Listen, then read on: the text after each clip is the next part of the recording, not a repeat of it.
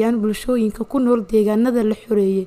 sida ay dib ugu soo kaban lahaayeen dhinaca amniga, dhaqaalaha iyo arrimaha bulshada. Deegaanada la xoreeyay waxaa sanado badan daashaday ka hor xoreynta colaado iyo horumar la'aan dib u dhigay bulshada. Hase yeeshee Danab oo ka duuleysa la tacaalidda dhibaatooyinka muddada dheer ka jiray deegaanadan ayaa dadka deegaanka ka taageeraysa bixinta adeegyo bulsho, xaqiijinta amniga iyo ballaarinta nidaamka dawliga ah. dadka jooga deegaanada la xoreeyay ee qaabo badan jirto oo aan wada shaqeyno waxaa ka mid ah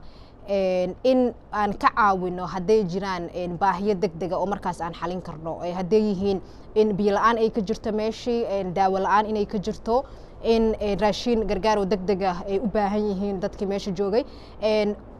sababta waxaas u sameeynana waxay tahay sidaan ognahay wadanka waxa ka jira dagaal lagu jiro ragaan argagixisada ah marka ciidanka shaqadoodana waa la dagaalanka qoladaas laakiin ma dhihi karno waxaan sugeynaa ilaa dagaalka ka dhameeyno saan dadkeena shacabku caawino sidaas darteed labada shaqo waa isku wadnaa gacantaan anagoo ka caawinayna shacabkii gacantaan inaan ku xoreeyno cadawgii la dagaalano.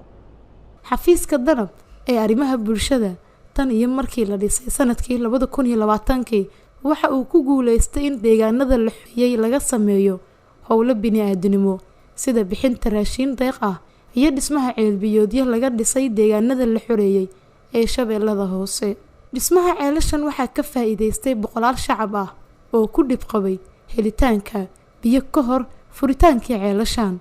Tani waxay indhaha u furtay shacabka oo tusisay in kumaandooska Danab aysan kaliya ku koobnayn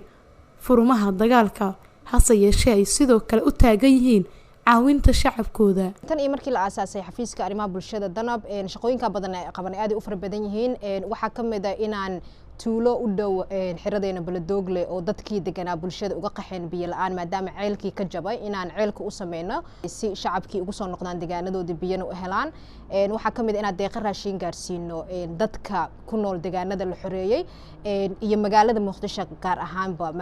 hadda tusaale kale waxaan deeq raashin gaarsiinay xarun la yiraahdo Maam Ugaasi Foundation oo lagu xanaaneeyo caruurta darbijiifka ah ee laga soo aruuriyo magaalada wadooyinka magaalada Muqdisho. Asli Maxamuud Xalane iyo kooxda la shaqeysa waxay isku dayayaan in si dhab ah looga jawaabo baahida bulshada taasoo horseeday isku soo dhawaanshiyo ka dhaxaysa Danab iyo shacabka. Waxa meesha ka baxay fahamkii qaldanaa ee ay bulshadu ka haysteen ciidanka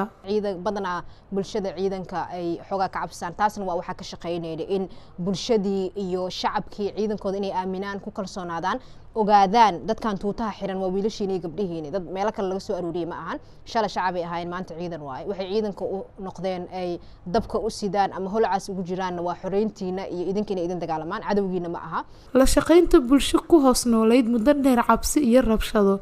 wax badan ayaa laga baran karaa si gaar ah shacabka ku nool deegaanada la xoreeyay. waxaan ka bartay dadka ku nool deegaanada la xoreeyay runtii waxyaabo badan oo ay ka mid tahay in dadka Soomaaliyeed ay dawladnimada u diyaarsan yihiin ay yihiin dad jecel dawladnimada u nugul baahiyo badan u qaba runtii dhibaatooyin fara badan soo arkay cadawgana oo dhib badan ku haayo marka anagoo soo dhaweyn badan kala kulanna badankood markay ciidamada arkaan ku farxaan marka waxa dhigi karaa muhiimadda ugu weyn ka bartay waxay tahay dadka inay dawladda jecel yihiin iyo ciidankooda.